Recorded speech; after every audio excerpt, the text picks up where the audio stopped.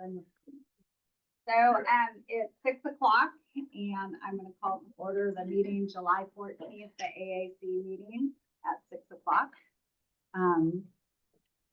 July 14th, 2025. Member roll call. James Oku, Natalie Sayre here, Don Vars, Peter Markey, Here. Ryan Casey, Here. Cole Mazaragios Anastasio said he'll be here, so he should be here in about 20 minutes.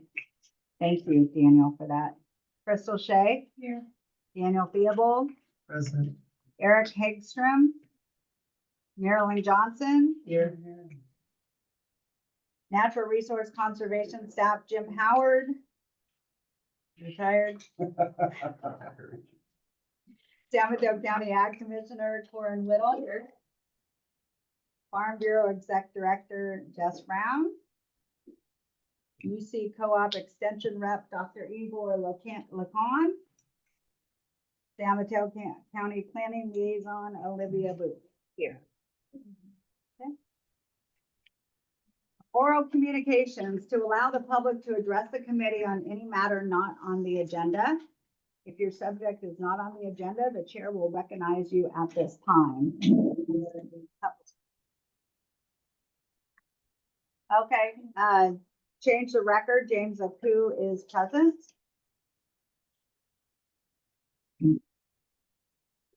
Oral communications to allow the public to address the committee on any matter not on the agenda. If your subject is not on the agenda, the chair will recognize you at this time. Is there anybody present in here that's member of the public? One moment, sorry.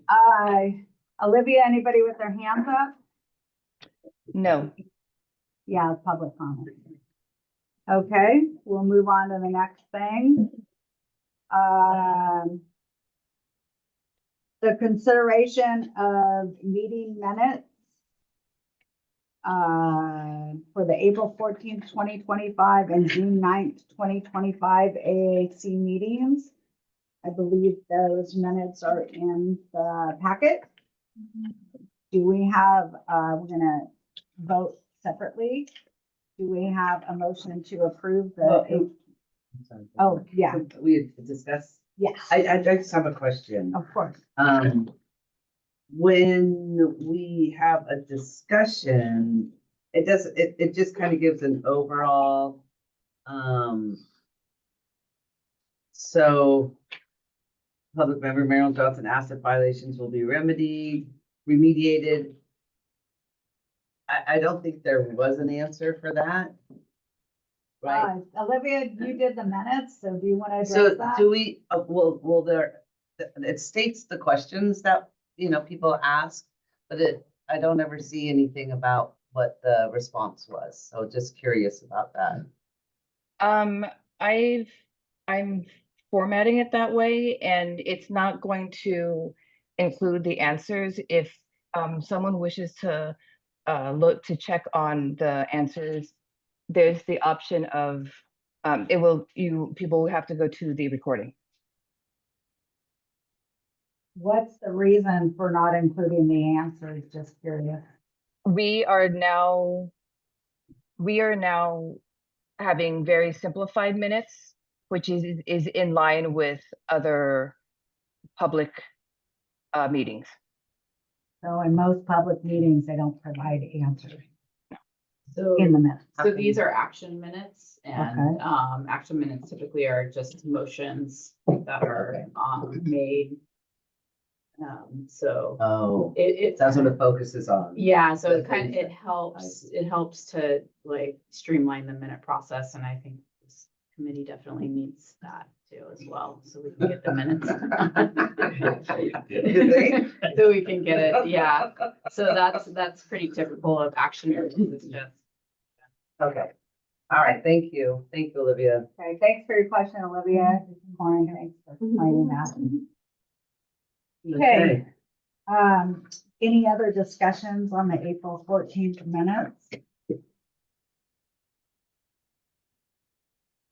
Okay, do we have a motion to accept the April 14th, 2025 minutes as written. So moved. Daniel Theobald moves to accept them, and do we have a second? Okay, Awesome. okay, Ryan Casey seconds to accept the April 14th, 2025 minutes as written. The next is the June 9th, 2025 AAC meeting minutes. Do you, is there any discussion? No. Do we have a motion? And when you motion, if you could say what you're motioning for in the motion, please. Motion to accept the 2 minutes. Thank you, my dear. Do we have a second? I'll second. Okay, Marilyn seconds to accept the June 2025 AAC meeting minutes. Is that correct? Okay, so now do we vote? Mike, can you help me out? Is that correct or not? Or do we just, You just vote yes or no for the for each motion? one? Okay, Yeah, I like it. so the April 4th, thank you. So the April 14th minutes, can we have, all those in favor say of acceptance, say yay, say yes? Yes. Yes, all those opposed say nay. Okay, thank you, Martha, appreciate it. And the June minutes, all those in favor say yay. or yes, and all those opposed say nay. I abstain. Okay, so, we have April 14th was all accepted. June was all accepted except for one abstain, James O'Toole. Is that correct? And John Vars is present. I feel like point you out. So, thank you. Next item on the agenda is a committee member update and or questions to allow committee members to share news and or concerns for items not on the agenda. Committee members, do we have any information that you would like to share for items not on the agenda? Chair recognizes Peter Markey. As we all know that, you're looking like you're extending the potable water to the high school, CSA 11. And, your, the fire station may move over there. And when I inquired some time ago for that, I could, to get hooked up to our labor camp, because our property is adjacent to the wells at CSA 11, it was deemed that, that it was for the township only. And now they're hooking up other than the township, and but they're being selective. I was wondering if possible if we could have somebody from LAFCO come here to talk, so we could ask them questions about it to see if possible farm, or the farm natives could be hooked up with potable water off that system. Any other discussion about that? Carrie? I believe, with this project in the past, there was, because it was an LCP amendment, it may have been, before, LAFCO, with, because there was a local coastal amendment to allow the water line to extend into the rural area, which is not, typical, but, I think the one thing, I know it's very frustrating, but to also to keep in mind that, that this water is for, institutional public services. And so I think that that's where that the county and the coastal commission may have made, a special finding in this case. So, I mean, I know it's good to understand that, but I think it's also, there was a lot of history, so I can understand that sometimes people might forget all the effort that went into this project already. And as far as I recall, it's been approved. it was approved by LAFCO, I remember that. Yeah, and the planning commission and I believe unless it's been appealed to the coastal commission, I think they might just be working out some of the other details. I'm not talking about any fairness to CSA 11, CSA 11, that's a whole different issue. But as far as a technical issue, as far as what the steps they went through, I mean, I think that's a separate negotiation that as an entity with CSA 11. Hear what you're saying, Carrie, that's my understanding as well. I would like to see if they could come here to talk to them and see if they could be opened up other than, so that way their, farm, road workers on farms could, Sadly, we've had a lot of things come before this committee that decisions have already been made regardless, without our input. So, I don't think this would be any different, just because the decision has been made. I would like to see that, and I think it would be informative. And it would be a good discussion, given, everything else that we said. So, could that be something that you can look into, Olivia? Or is that something we need to vote on first? I can definitely speak with management and with LAFCO. Okay, is anyone opposed to having them come and talk? Well, how many, so you're talking, you'd like to get water to your farm laborers. Is there housing there Yes. or, there's Okay. houses there that's already there. but not to use on the farm? We're on a private wells, and, I would love to be able to hook up to the potable water system and not rely on my wells, for our farm and our properties adjacent to the wells of CSA 11. And, all they would have to get a pipeline right to my property line, hook up to my system. I think Are there's, there any other, farmers in the area that could benefit? There's other farmers in that area, and to my understanding, on North Street, and this, I don't know for sure if it's true or not, but, Point Three, that bought, property on North Street is trying to work with LAFCO as well to get hooked up to the farm workers that live there as well. So this is a lot of questions on my news. and I think that would be an opportunity for other people to come and listen to, like Palente, who are trying to hook up as well for their farm labor housing. It's my understanding, one of the goals of farm labor housing was to get adequate and potable water for farm workers, so it seems relevant. There's a few other to mind too. If we could get it on the agenda, I'll let them know. So they would come. All right, well, Olivia, thank you. So I'll put it down that you'll be able to look into it. Okay, anyone else that I would, okay. Anybody else have, update or questions regarding news or concerns of items not on the agenda for committee members? Hmm.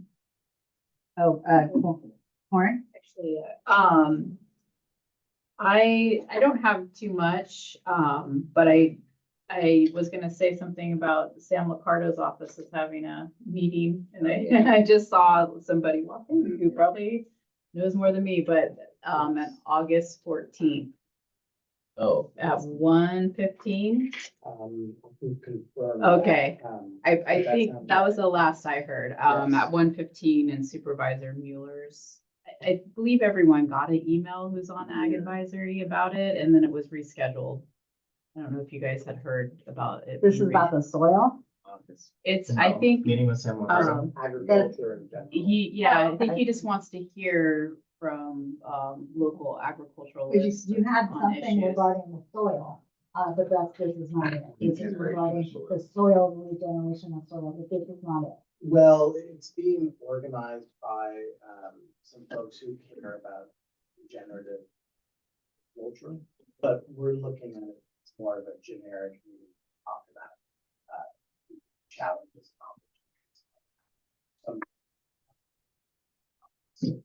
Okay, all right, good to know. Okay. where's the, meeting at, Oceano?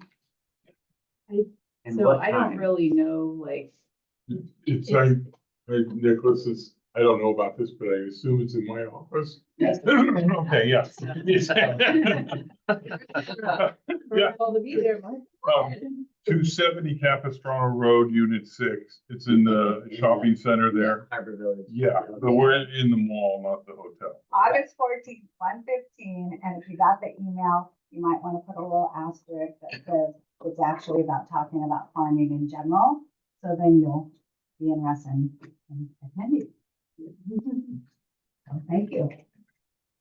Okay, so, I have a couple items. One is, Olivia, just want to check in again on, the two items that we requested more information from the presenters, to be able to advise on what we would like to have done, several months back, Market Guard and the farm on Highway 92. If you had any updates as to when they're coming back with that info.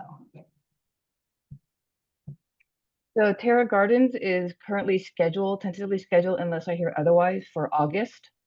And Marquee Guard, I do not have a timetable yet. Okay, all right, thank you very much. And then I have just a report on the subcommittee for preserving ag on the San Mateo County coast. We have met again in the interim and from the last meeting to now.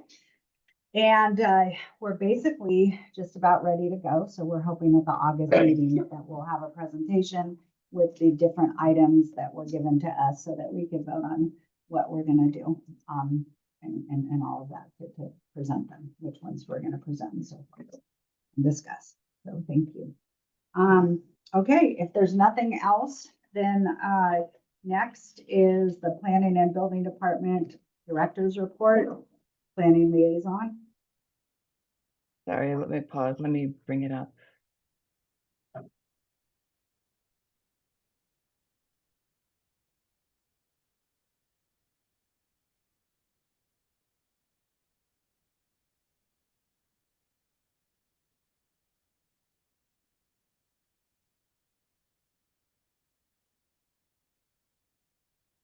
So for this timeframe of May 29th to June 30th, there were no planned agricultural development permits that were heard or considered by the Board of Supervisors or the Planning Commission. There are 2 new planning applications that were received by the Planning Department. Item A is Deborah Harley, location of 79 North Street, Pescadero, and this is to rehab an existing barn, 4,502 square feet. And there will be some grading because of they're proposing a new basement within the barn footprint. And then there's also going to be an internal loft proposed. And that the coastal development permit is appealable to the Coastal Commission. The amount of grading is 2,860 cubic yards. And I am handling that project, Olivia Boo.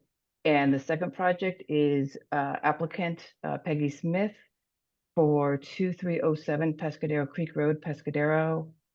That is for also a coastal development permit for a new domestic well. Will be located to an existing well that's considered irreparable.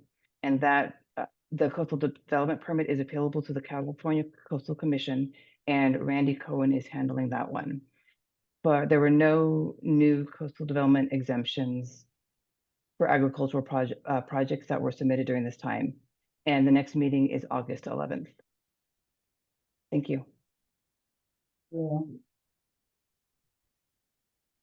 Our next meeting, August 11th.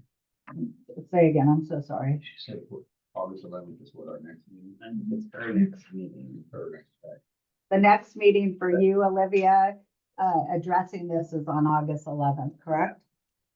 Yeah, let me, Or are you saying that's our next AAC meeting? both, same date. Same date. Okay, you'll still be here? It's at a different time, right? Sorry? That's okay. I was just asking if you'll still be able to attend our meeting, but I assume at a different time, so that's fine. So, no, I'm saying the same date of what she was talking about for her meeting. I got it. Yeah, okay, all right. So presentation on farm labor housing loan program, presenters Kieran Kopic and Alejandro Segura from the San Mateo County Department of Housing. I apologize if I mispronounced your names. Please correct me.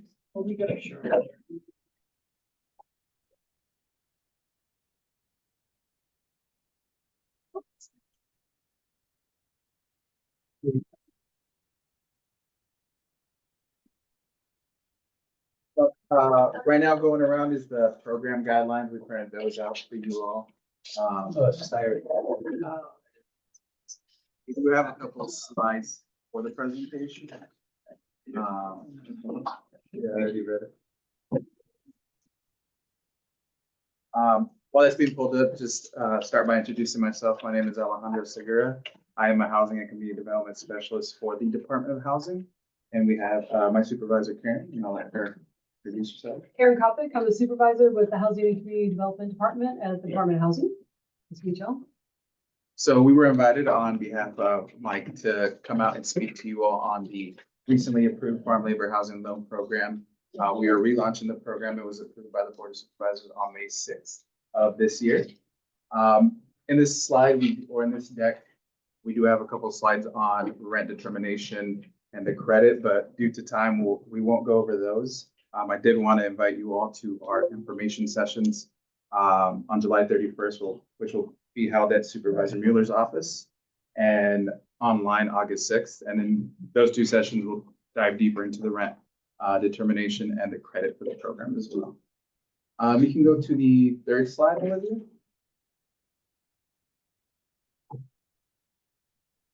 Next slide, please. So at its most basic level, this program essentially provides a direct loan to agricultural operators and farmers in order to support affordable or housing for very low income farm workers within San Mateo County. But more than just a loan, it provides agricultural landowners and operators with helping retain and recruit essential farm laborers. And in addition to that, it also helps those essential farm laborers with safe, affordable, and adequate housing. Do we have a question? Yeah, you said loan. Correct me if I'm right or wrong, but this one here is not like the last one. This one here is a loan and it's not a forgivable loan. Correct. No, not forgivable. It's a direct loan. So you're not relaunching the same program. It's a different program, or it's the same program but different. So we're relaunching the program with some minor changes to it. Major changes, actually, from a farm person's perspective. But go on, thank you. Next slide, please. And so for this rollout of the program, it's actually going to be implemented into two different phases. Phase one will focus on enhancing the quality of the current existing housing stock through housing preservation. Under this phase one, eligible activities and projects include rehabilitation, renovation, replacement of dilapidated mobile home units, and also activities to legalize or improve housing units to meet current code compliance. This specific phase is for 12 months. Should there be funding available after those 12 months, we'll move on to phase two. And in this specific phase, that's where new construction activities will be able to be applied for. The big thing again is that phase two will only be implemented should there be funding remaining after phase one. And if there is, then phase two will include both projects focused on rehabilitation and new construction as well. Next slide. And now taking a little deeper dive into, yeah, one slide before this one. All right. One slide back, please. So, yes. You said the loan to upgrade to current code compliance. To meet current code Yeah. compliance. But usually when you build a house that's constructed of years ago, it does not have to upgrade to meet current code for as long as it was built at that time to the code. Correct. I think we actually have we plan on building people that maybe can voice in, but I believe it has to meet the code, the required code. So the required code may be earlier or the new code. So depending on what it is, it would have to meet that. To be brought up to like you say, if something was built earlier, that may come up to a different code, but it would still have to meet whatever that is. Okay. whatever Meet that the was. code of the past Yeah. when it was developed, or make the current code to qualify this program. we're not changing anything about codes or zoning or anything. So if Okay. you have a unit and it was built 20 years ago and electricity code was one, and you need to make sure it's that code now, I don't believe that's gonna change. We're not changing that. We're not, this program isn't changing anything related to coding or zoning, so that wouldn't change. But the way it's worded was the question. Yeah, no, it's a good, and actually, we're welcome your questions, so it helped us clarify and make sure we're articulating things in the right way, so it's helpful. Okay, so the code of the past, because a lot of grandfathered in homes here. Yeah, and that's what say just require code, because it could The vary code of depending that on. time, okay. And when it was going, Carrie? Alejandro, we had the farm worker housing task force, and they came up with some hit lists for these identified units. So will the loan program cover those work lists that, for whatever reason, that the landowner hasn't been able to accomplish on their own bank account, horsepower, whatever you have you? So will you give priority to those items on those lists? So the program is first come, first served, but we do want to directly reach out those that were monitored or monitored by the task force to make sure that they take advantage of this program. And the intention is that if they apply for this program, they are bringing their unit up to code. So that is the Yes, expectation. yeah, I would Yeah. hope that we could piggyback on the level of Yes. effort. And then that'll be half of your work that the need was identified and then we have a solution. Well, Exactly. to tag on to what she said, in the task force report, which I have a copy here, it says that those corrections were supposed to occur and have the landowner make them occur within 90 days. So that would mean at the date we are today, you guys would have to pay them back retroactively. So is that something that this loan does? So in other words, if they fixed it within the 90-day period to be compliant with what you task force told them to do, are they able then to submit bills and you reimburse them retroactively, or how does that work? Or it's not really reimbursed because then they have to pay you back, but if in effect that's part of this loan. Yeah, I think the loan is starting new, so unfortunately, whatever's happened up to now wouldn't be reimbursed, so it's really forward looking. We did receive a list of the the units inspected by the task force. We did ask for a list so we could reach out to them because we feel like it's actually, like you said, it's a perfect group to reach out to. So they've been included in outreach, and if you know of anyone or anybody, please, let people know we're having information sessions, et cetera. But yes, those are folks we're reaching out to, but the loan is starting new. And you constructed this loan. Did you guys do it on your own, or did you reach back to any agriculture help, or who did you reach back to? So or do you want so basically the program really relied a lot on the input from the past. There were surveys done, et cetera. What surveys? It was surveys directly to the farm labor at the last iteration of the To the program. farm laborers or the farm owners? Both. In Okay, so you 2022 said going into 23. surveys in 2023 to the farm owners and the farm laborers. Correct. What was the name of that program? So it was this program and that helped create the guidelines. And that at the was to moment. ask what they needed in farm labor housing? For what this could look like. Was that the one done by the ombudsman at the time? No, it was through the Department of Housing. And, okay. Just curious, so the people you surveyed were, have they actually installed their units yet?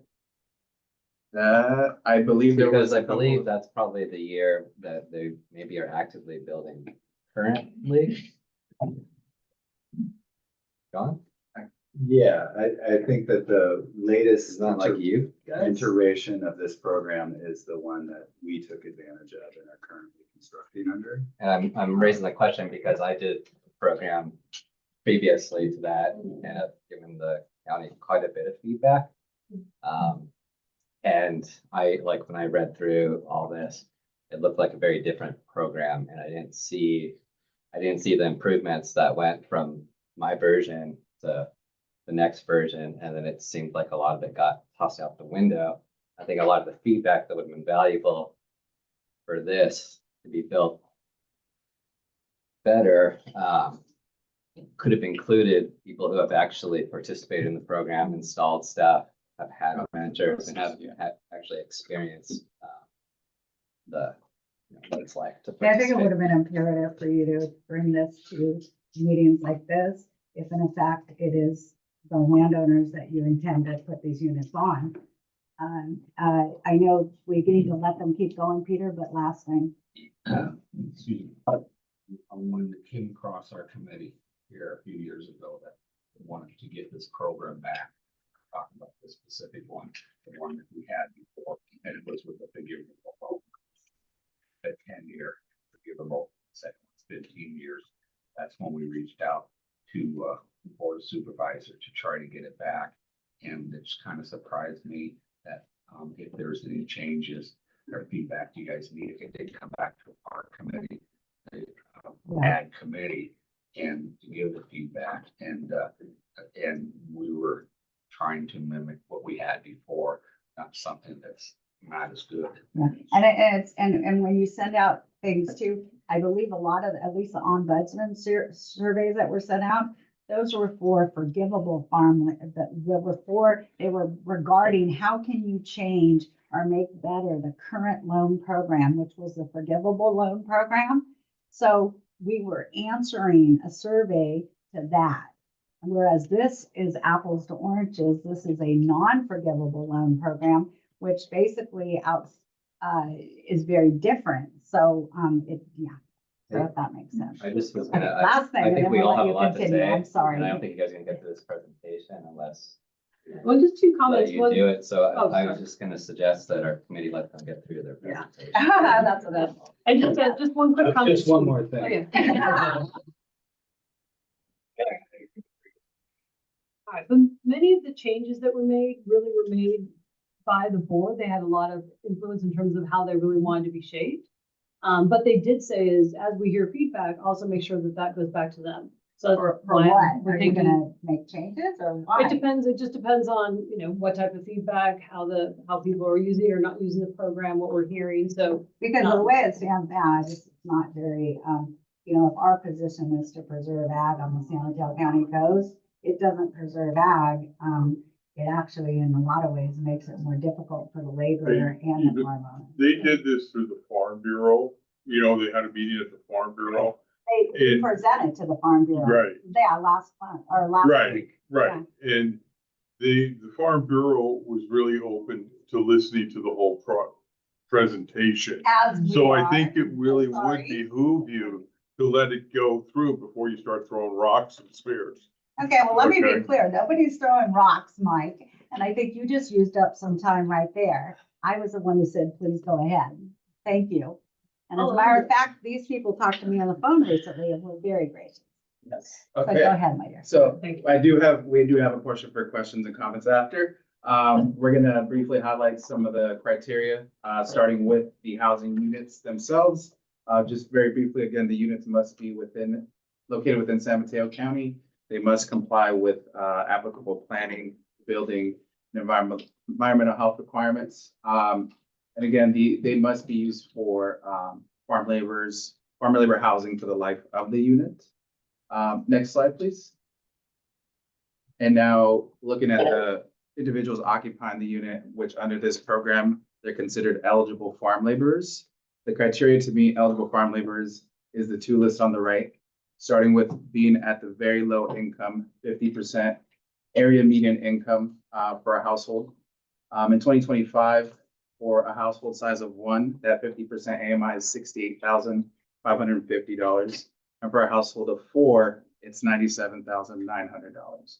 In addition to that, they must also derive 20 or more hours per week average employment from on or offsite agricultural operations within San Mateo County. And they must also earn half their income from agriculturally related work as well. Next slide, please. And so a high level overview of the loan terms. This is a 30-year loan term at zero interest. As I mentioned before, it is a phased approach implementation to the program. Phase one, the max amount is $100,000 per property. And that's the max amount, so it's not required to take the full amount. If you only need 50,000, 70,000, this is just the max. If phase two is implemented, it's $250,000 for each of the first 2 units and then $200,000 for each subsequent unit. In addition to that, applicants must also contribute 10% of the project costs. And again, since this is a 30-year loan term, it consists of equal payments over the 30-year loan term. And some additional terms is that if the county will require repayment if in the loan principal, if you can go back, please. Essentially if the property or operation is sold. And then the last one is a deed of trust will also be required. Next slide, 2. Or actually, after this one, we're gonna skip all the way to slide 14. And so again, this highlights the rent determination and the aspect of the credit. How much Next. time do we have? We want to make sure we're respectful for the other speakers too. Yeah, Which we we gauge for, because we thought. can we absolutely told go you, back. But I know Yeah. you were saying you wanted to do the numbers, so we kind of did that. So was it helpful to go through the math? But we just want to make sure. I We don't think it go- would be helpful. I think it's a pretty important topic, but you might want to, Olivia, I might want to defer to her. Olivia, how much time should we be thinking about?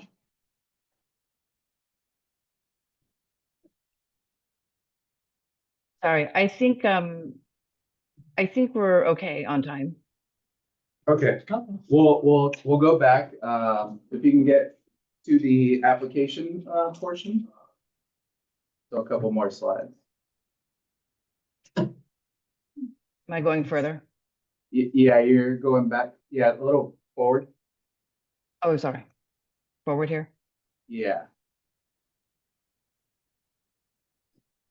Am I going more? Yeah, a couple more slides. It's the one with the red boxes.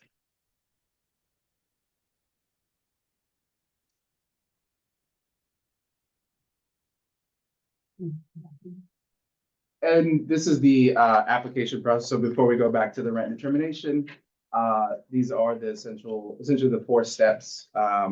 Once the application's open, which will be August 7th. Step 1 is setting up a preliminary meeting where it's just basically anyone interested reaches out. We set up a meeting to get an understanding of the scope of the project and see if eligibility under phase 1 is applicable. After that, we will request a letter of interest.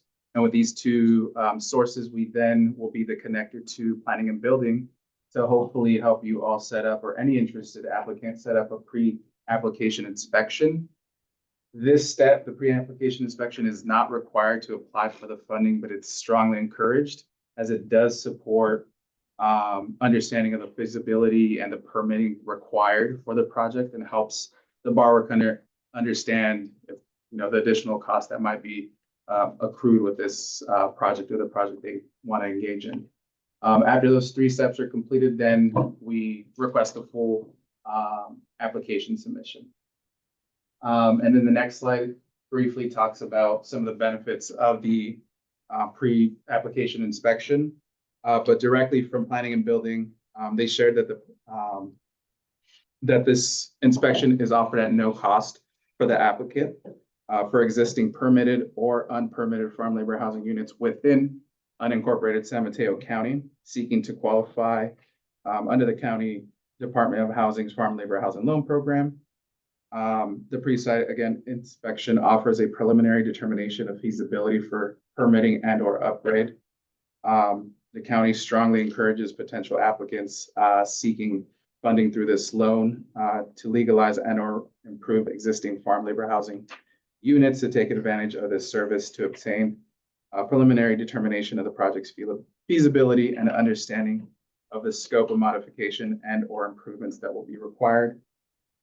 Again, the fee is waived for this inspection, and the estimated time frame for the inspection to actually accrue is within about 2 weeks. And so that's the final slide of the presentation. If you can go back a few slides, and the time is still okay, we can walk through rent determination and the rent credit, which, So let me know when to stop. a few more. Keep going. Okay, that's good. Oh, back one more.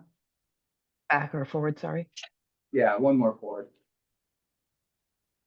So before we get into what the credit is, and that's essentially how borrowers can get a loan payment of $0, we first have to kind of lay out how rent is determined or should be determined.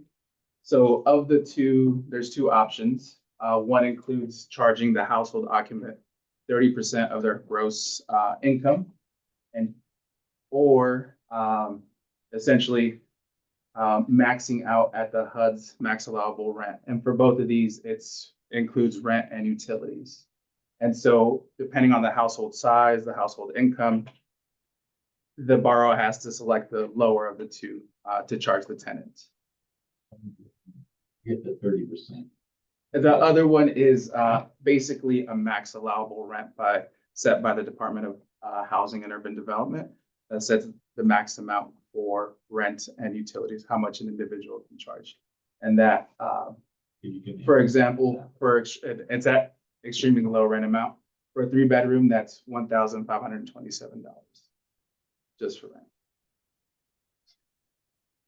And so these next couple of slides will kind of walk through what that 30% looks like and HUD's max allowable rent would look like on an annual basis. And then broken down to monthly expenses. So on the left side, we have that 30% max. Again, this cannot exceed for both rent and utilities 30% of the farm laborer's gross income. And we're using the example of 50% AMI, so a household that's at that 50% AMI. And so for a household of 4, it's $97,900 per month. That equals $8,158.33. But the max a borrower can charge that family if they're utilizing 30%, it would be $2,447.50. And if we take a look at the HUD's max allowable rent at 30% AMI, for both rent and utilities, the max an individual can charge or a borrower can charge is $1,886. And so when we take a look at this example, again, we have to choose the lower of the two, and we would go with HUD's max allowable. And that, again, monthly rent and utilities. And the next example, it's in next slide. So that was an example with 50% AMI. Oh, one back, please. Backwards. One more. There we go. Oh, one forward, please. Sorry, my system. There we is go. so That's good. good. No worries. And so now we're taking at a average income of a farm laborer, but looking at a household of 4. So left side, 30% max gross income. 72,000 for a year divided by 12 is $6,000 per month. But again, the max the individual can charge is 30% of that, which equals $1,800 per month for both rent and utilities. But then if we use the same household and use the HUD's max allowable rent, again, utilizing the 3-bedroom example, is $1,886. So for this example, the borrower would go with the 30% max income. And then I forgot to mention at the beginning, but say an interested farm owner does want to move forward, the county is definitely going to provide technical assistance during this part because it gives me a headache, kind of just walking through it. But we are available to provide that assistance. And so that's determining rent. And now the introduction of the credit, which supports essentially how to get that credit to be applied to the annual loan payment. So the loan payment is $0. Next slide, please. So just this example provides the definition of the credit. And then below is essentially if a borrower chooses to charge the max allowable rent. And then the second is if they choose to charge less than that. So again, we're taking, the monthly income of $1,800 per month that can be charged. That's the max. The rent that would be collected would be around $21,600. But no annual rent credit would be received because the max was charged. So the tenant was charged the full amount that they can be charged. But say a borrower wants to charge them less than that, that's the second example. So $1,800 is the max, but the borrower decides to charge $1,500. Still, they would collect $18,000 in rent, but they would accrue that $3,333.36 would be applied because they chose to charge the less, and that's where the credit is capped. It's capped at basically $333.36, and that number comes from dividing a $100,000 loan by 30. Question. Sorry to say that. Yeah. Kind of understand if you don't charge the max and you get credit, you guys are paying the property owner the credit? No. No, it would be applied, yeah, We're just asking not to repay. yeah, it would be applied to your annual loan payment. Okay, so Yeah. so basically it's credit that goes to the loan that you don't have to pay.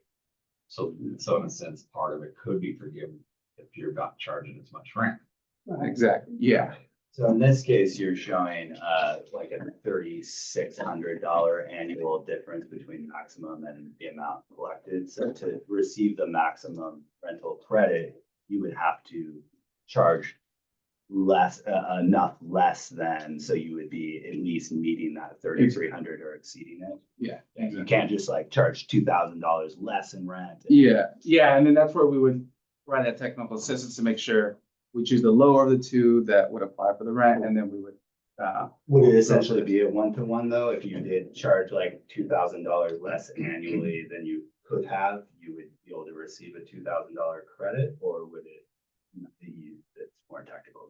Oh, no, are Yeah. you saying does it have to be exactly 3,000 or the exact loan amount? No, I'm just saying, like, say, for example, we could figure out the numbers, maybe say 1,600. So then we're collecting $2,400 less than you could have. Would you then get a $2,400 credit on your loan and you pay the other $900? Or is it not that, Yeah. it's not a 1-to-1? No, there's a maximum, you can't prepay the loan. So the maximum credit equals whatever your loan payment is. And the loan payment is basically, 30 years divided by 100,000 divided by 30, because there's no interest. So it's a 30-year loan. If it were a 200,000 loan for new construction, it'd be double that. But yeah, you could have, you get, at the end of the year, you can accrue $3,000 credit and then you pay $333.36. You just can't exceed that. So you can't do 4,000 and say, oh, okay, I'm going to now go for next year's payment. So the max is the credit amount, but it doesn't have to, it doesn't have to match perfectly. Is that your question? So it could be a little bit less, right? It'd be less, but you wouldn't receive the full potential credit. Yeah, you only receive the amount of credit you earn, let's say, and then the rest then you would make for the cash payment for the loan. Yep. As the AMI is revised every year, is this figure revised? Because the HUD revises Yeah. AMI every year. So would it always be the maximum credit of $3,333, and then they can charge more in the rent?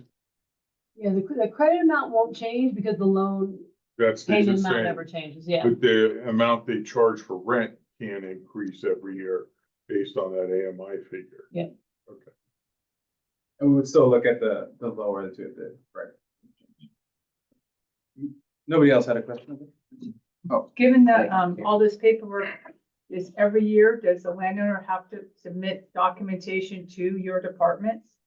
Yes, and if a borrower isn't comfortable with asking their tenant of that, I myself will provide the annual monitoring, can help coordinate that, because I know that was a concern or not feeling too comfortable, so we are willing to step in and provide that. Yeah. I know that most of our, growers, our farmers and our ranchers are familiar with the planning department. They're not as familiar with the housing department. So it just, to have that, that's just a new entity of bureaucracy that they're not used to, so, yeah.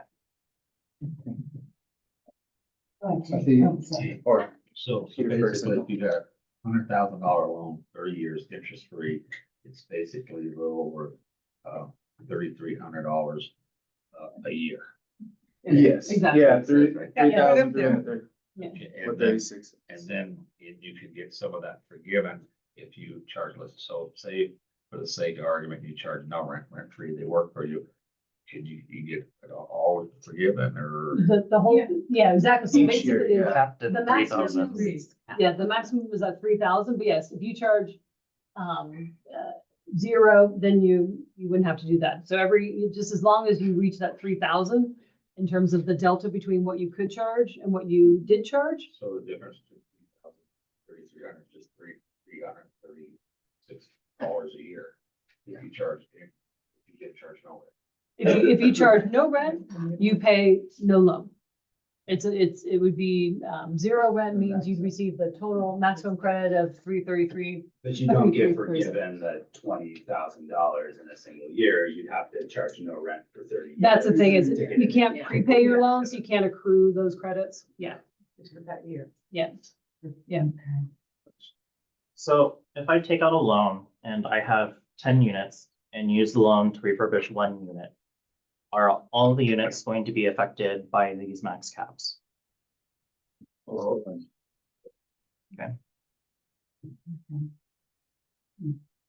And then we have some more examples here. Next slide. To help, oh, Yeah, that's okay. and we're gonna walk through the I'll credit. Save it after. Okay, we're gonna walk through the credit. Thank you. Next slide. And then just 2 more slides and then we'll be done. So this is, again, going with the example of the credit, but utilizing the 50% AMI, which again, at 50% for that household of 4 is $97,900. Essentially, that's two adult employees earning about $50,000 per year. The max allowable charges, if we're looking at not to exceed the 30% gross income, is $2,447.50. But say you as a bar decide to charge only $2,000, rent collected on those $2,000 would be $24,000, and you would get that credit of $3,300.36, and it would essentially cover that loan payment of $333.36, and so that leaving the borrower payment of $0. Next slide, and this is taking the average income of a farm laborer. 2 working adults, around $36,000 per year. Their max of 30% is $1,800, but in this example, we decided to charge only $1,500 per month. The annual rent collected on that $1,500,000 is $18,000, and that credit again is applied of $3,333.36, and again, the payment would be 0. And then that's the last slide. You're looking at units for family units. So what if you put up a unit that you are that would house 10 individual workers? Then would you add the wages on all the 10 workers? And because that just of their gross income and then average it per person, how would you do that?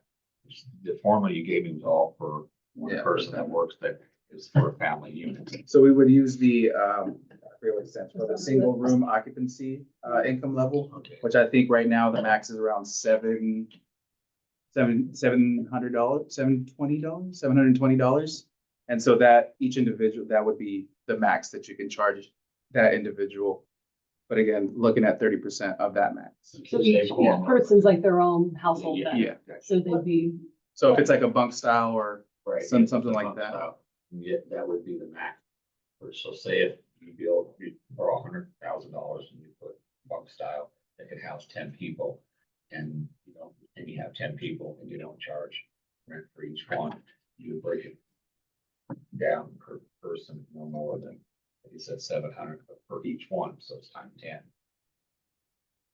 Either the lower of either what that HUD rate is for single room occupancy Yeah. or they're 30%, but each person is kind of considered a household in that case. I get you, but it'd be 10 of them. You'd have 10 households in one household. And then I actually printed out the current AMI level, so I can pass that out after.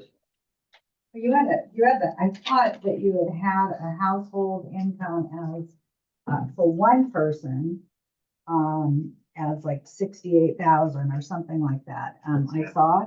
So then are you saying if you have, it was my understanding if you had 4 people, so say you had 4, adults working on the farm and they were all in the same house, that they then had to meet the criteria of the 4-person income, even if they weren't a family. So that would be 97,000 was that criteria they had to be under, and it came out to like 24,400 each person around. I'm not very good at math. And so that, that's pretty low for what, we pay our workers more, and I don't want to stifle their growth financially. So is it instead what you're saying is that 68,000 is applied to each one? Or is it the 97,000 divided by 4? Not for a family of 4. I understand if it's wife, husband, and 2 adult children, you divide them, right? I believe that's what you guys told me on the phone. But if it's 4 adults, but they're not related to each other, like in the bunker style he mentioned, is it the 68 or is it the divided by 4? That's the question. So really quick, the 50% AMI is just for an eligible farm labor, not To qualify to. Yeah, not the rent. And so what he was asking was 30%. What is that in SRO? And so that's what you can charge in rent. And this is the income. But for the occupancy, that's different, right? For the residents, they're For 2 what you're different, allowed. yeah, 2 yeah. different models. What If their you're- income's allowed to be. Yeah, if you're related and you're a family, then it's everybody's income all adds up together as one family. If you have 4 unrelated adults that are living that aren't part of a household, each individual is considered a household. I do think we need to look into the bunk style because single room only really means you have your own room. So if there's 10 people in a bunk, we'll have to look at that. I'm not really sure how we think about that, but in general is if Alejandro lived in one room and he's my roommate and I live in another room and we're just friends, I'm one household, he's his own household, she's her own household, Mike's his household. Each one of us would go up to that 50% AMI individually, not as a group.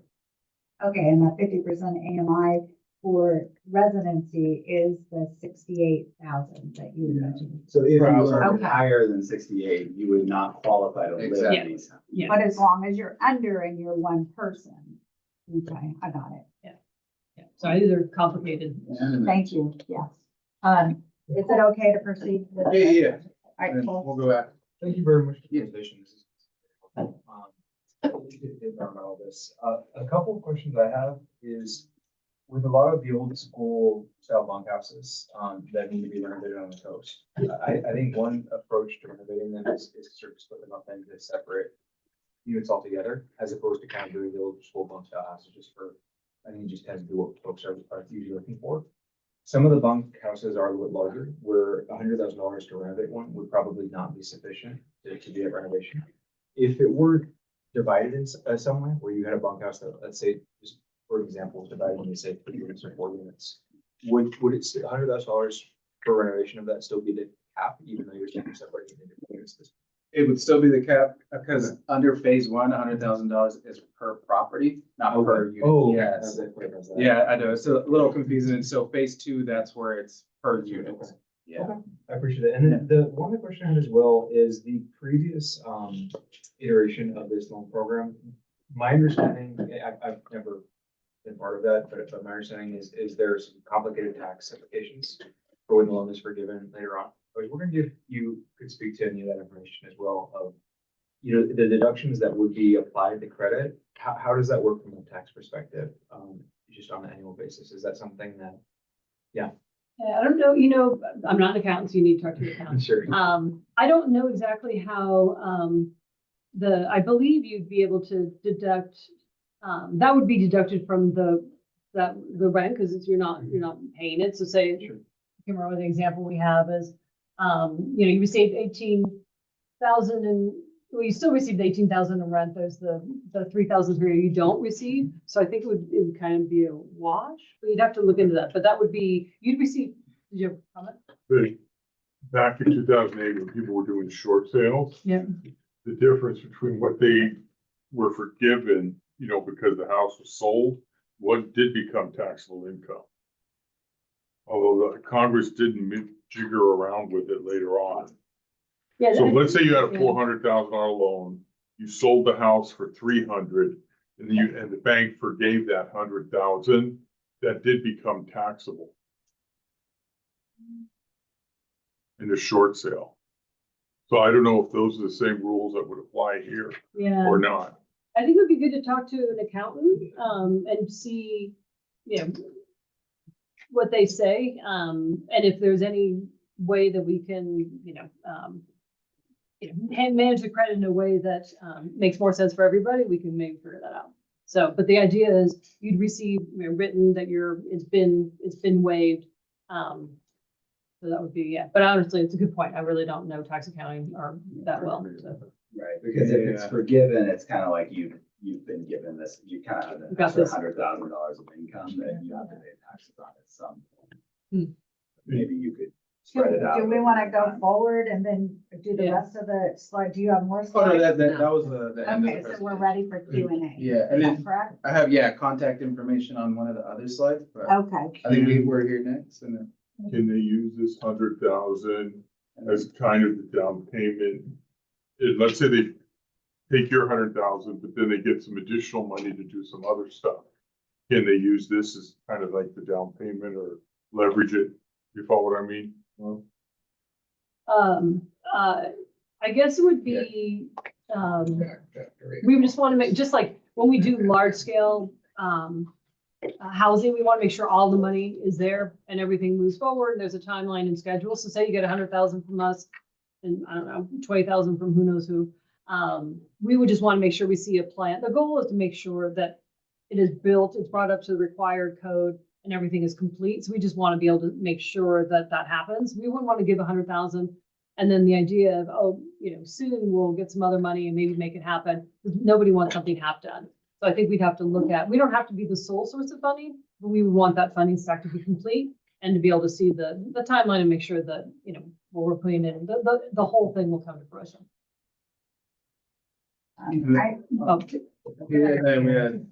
Here. Just, it actually kind of piggybacks, but you did speak to, that some of this money on the loan can be used to legalize units. But part of legalizing a unit would be that they'd have to actually have a use permit from the planning department or, for farm labor housing. That's how we allow additional density on our rural properties. So is that going to be one of your requirements that in order, if you're going to actually have this money work in this program, that they would be required to get their use permit for farm worker housing on these sites?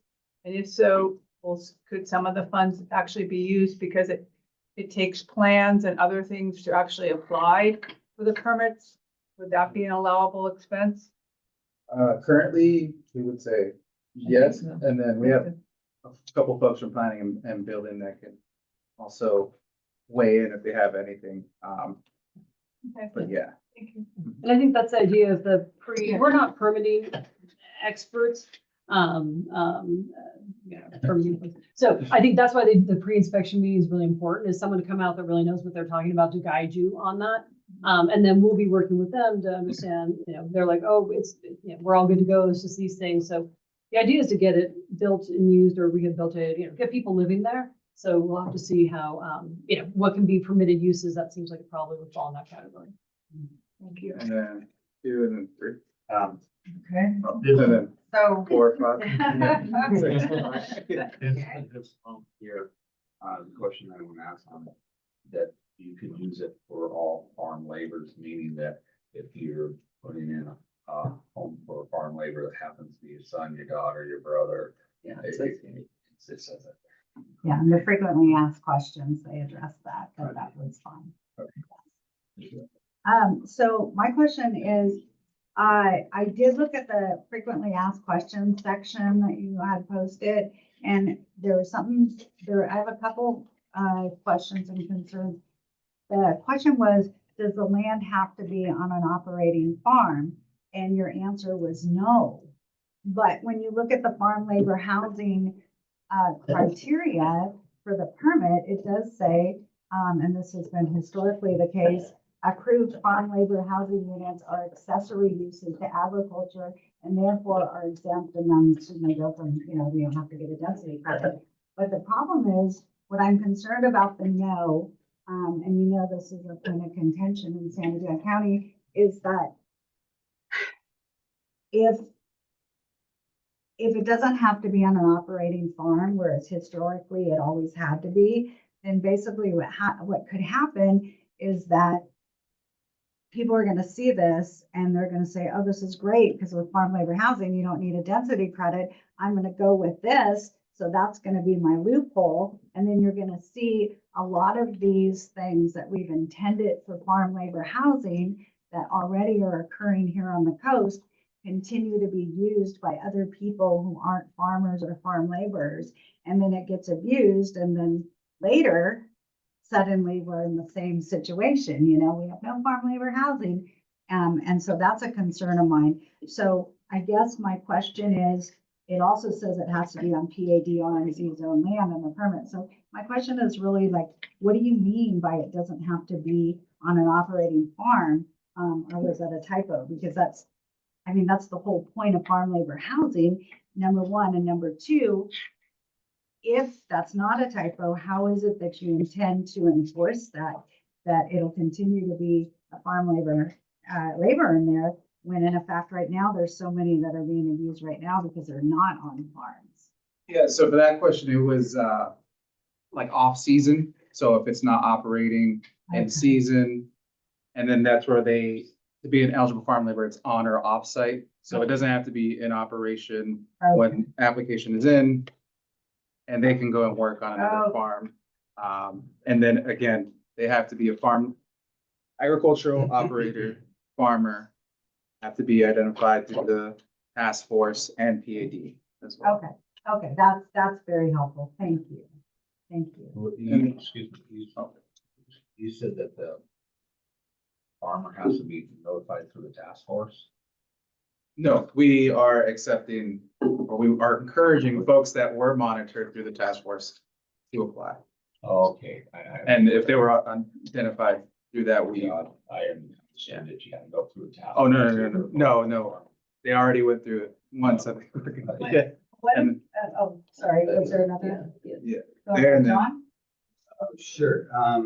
I guess I had asked this question before, but now I guess I know the answer, so I'm just going to state it as a comment that I fear that $100,000 may not be enough of a benefit, especially when it isn't actually forgivable without charging less than you can, to encourage operators to apply if they're have several legalization issues to bring their units up to being fully in compliance with code. And I would imagine that some growers would choose not to take advantage of this, and therefore you will be missing the opportunity to help improve housing for the community you're trying to serve. That's my concern. I think a lot of people share that. Yeah. Thank you for that. So I had asked a lot of questions during Farm Bureau last week. And so I was just curious if you guys are planning on coming back to Farm Bureau or back to AC with some of the answers to some of the more in-depth questions I asked back then. And then the other question I have is, I guess, how much interest has there already been towards this program? How many people are already going through like pre-screenings and interviews and stuff like that? So at the moment, it's currently not open, but we do have in total about 12 folks signed up for both information sessions. So there's some interest there. Again, applications don't technically open until August 7th. And then we we will coordinate with Mike to see either if we can email those responses. I think we had about 15-ish questions, maybe more. Or if it's better to come out, but we are working on addressing those. Over half the money, right? Would you want to answer them at the question in our office?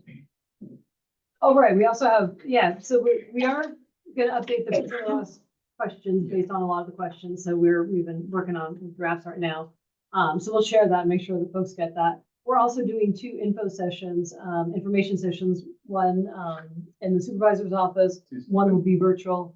Those are coming up on the July 31st at 270 Capistrano, and then August 6th is virtual. so in every, And I can, every time we're trying, you can see what we put in here is that what happens if the land is sold, then you have to pay in full. So we've already tried to incorporate some of the questions that have been asked in the previous session into the deck. So we'll kind of continue and do that as they come to. and I can also really quick coordinate with Olivia to make sure that information gets over to you all about those 2 information. So, If I can add, Chris Ragland, he is the building official for the county. Chris, if you can hear me, you can have time to talk now. He had his hand raised, but he put it down. Oh, sorry, I didn't see it. No, that's okay. I just saw it as well, so I'm waiting to. Oh, He's oh, online. He's online. No, he's online. Sorry about that. Sorry. I'm waiting to see if he's, When he's online, just let us know. We're gonna go with Natalie. all right, and- thank you. Yeah, No thank you. problem. So, one of the other concerns I had was we're really trying, I don't know if you're aware, but crop production in San Mateo County codes has decreased significantly. And so our concern is, well, we're helping farm laborers, there's not gonna be any place for them to labor. You know what I mean? Crop production's down and farms are leaving, and that will continue if farmers aren't helped. So I was hoping this would be more of a focus to help the farmers so they can stay here and then hence retain employees. And one of those specifically I'm concerned about is the 30-year loan, because I know when we talked on the phone, you had said that, and tell me if I'm incorrect, but that we cannot pay it back early. So the concern is, and you had said that means it has to stay in FLH and a farm labor housing for 30 years, and having a property like that that has a income limit on it, or who can reside on it, it has any kind of low income housing, it decreases the property value significantly. And so a lot of farmers aren't going to want to take advantage of that because it's really a cost benefit. And if it's not a forgivable loan, it's just like, okay, well, I have good credit. I've worked hard my whole life. I can get a conventional loan and make that happen instead. Whereas I was hoping this would be more like the old one was, which was a forgivable loan, that it would, in a sense, help keep farming here. Because my concern is we're not going to help anybody, the laborers, if they have nowhere to work. So that's something I'm hoping that maybe you guys might reconsider or think about to attract more farmers that can, to want to be able to do this. No, yeah, definitely. We appreciate it. I know Karen probably marked that down. We've heard the component of forgiveness, and that's why I think, Or just repaying, being able Yeah. to repay it before the 30 years are up or something to that effect. So it doesn't Yeah, put but your there's also property in- language about it needing to be for farm workers of that low income for the lifetime of the unit. So if you were to build, like, that's one thing, like if you're putting in an RV or you're making it more livable, and it's like, oh, the lifetime of the unit's like 20 years at best. But if you're trying to build something that's permanent and like gonna really stand up to the test of time and be a property that can make people comfortable for a long time, then it's kind of like you're discouraged to maybe investing in building something nicer. Yes. If that's the case. And a lot of parents that have children, farmers that have children on the farm, they're not going to want to encourage their children to invest in this or put their children in there to keep the farm going, which is what we try to do here to keep the farms going, because it's not a viable investment. It really isn't. So it reduces the property value, which a lot of farmers have expressed. So. all right, try to get the question. Yeah, 1, 2, 3, 4.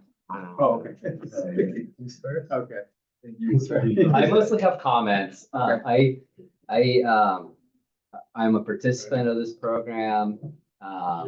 This group has shown a lot of support for this program. We wrote a letter encouraging the county to continue with it. I attended the Zoom call to try and support the funding for this program. And I think it's unfortunate that in this presentation, you've seen there's a lot of pushback against this version of the program. And I think that the previous versions of this program, it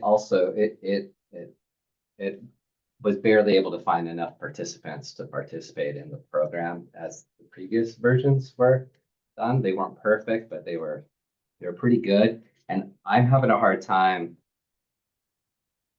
feeling like I could be an advocate for this version of the program. I think it's going to be hard for you to find farmers willing to participate in that. And I think that's unfortunate. I think we've brought up a lot of points of why that's going to be hard. It's got way more technical.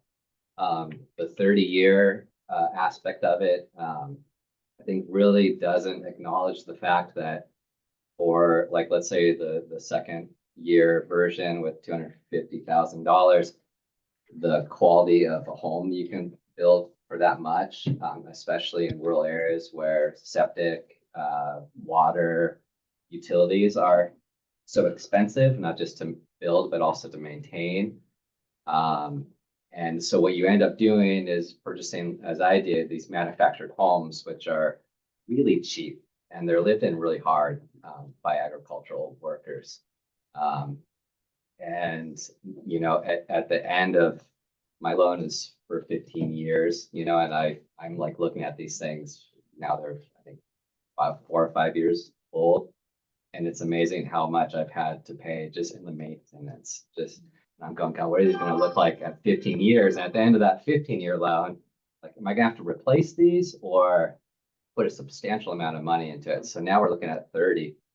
And, you know, and the other thing that I don't think this acknowledges is when you're charging so little rent, you, as a farm owner and landlord for these buildings, the cost of just maintenance and cost of utilities and repairs, it's like astounding what that is. And when you aren't getting any return at all for in rent for those from your renters, it's difficult. It puts us in a difficult position.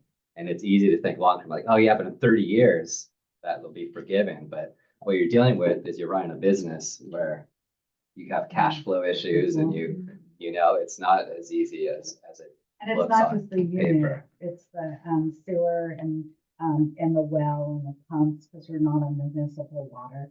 So that's, you know, a lot of added costs.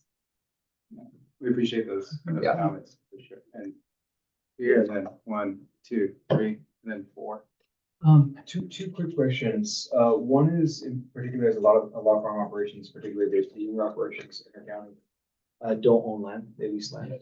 I wanted to see if those operations would be eligible to apply for this. And if they are, then what would be the stipulations in terms of some sort of contract with the landowner? Yeah, so they would both be liable as borrowers, and we've seen that in the past. So land lease landowners leasing to farm owners or farm operators, and so we've seen that in the previous iterations of the program, and this iteration of the program will still be eligible for that. Okay. Yeah. And then the one additional question I had is, I believe I think as AC, we discussed this previously, that one of the challenges with the previous program, I mean, not just previous program in general, is permitting can be just a challenging process to deal with. And I'm wondering if Department of Housing plans to or would be willing to support with navigating that process for these projects. So currently, we do plan on working with agricultural advancement, and then again, the way we laid out the application process, we hope to be that linkage to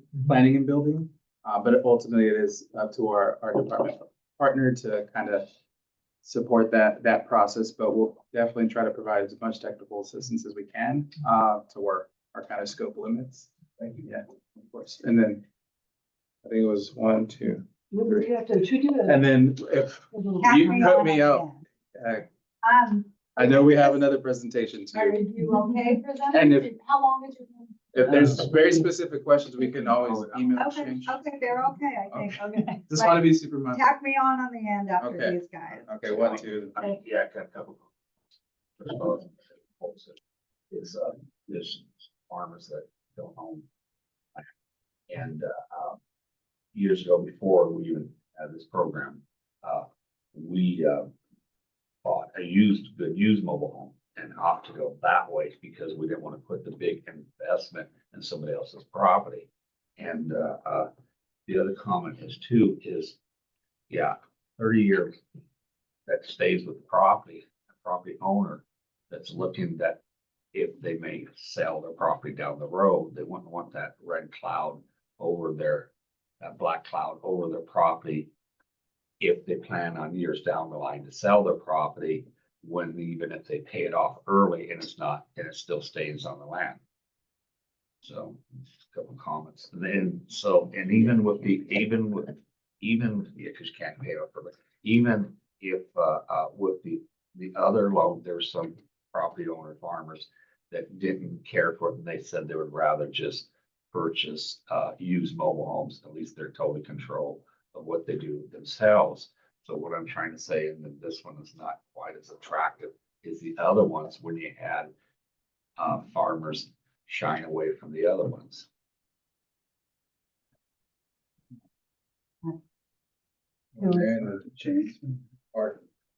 So, one thing I'll say real quick on behalf of them is if you do sell the property, the loan is payable in full right off the bat, so it'll move before the next owner takes it. But, I guess I want to piggyback again on what Brian and some of the other members have been saying is, I have used this program too a long time ago in the past, and $100,000 really is not that much. And the benefit we got out of our $100,000, I think, lasted 4 years. So having a 30-year kind of hook in my head is a lot. And yeah.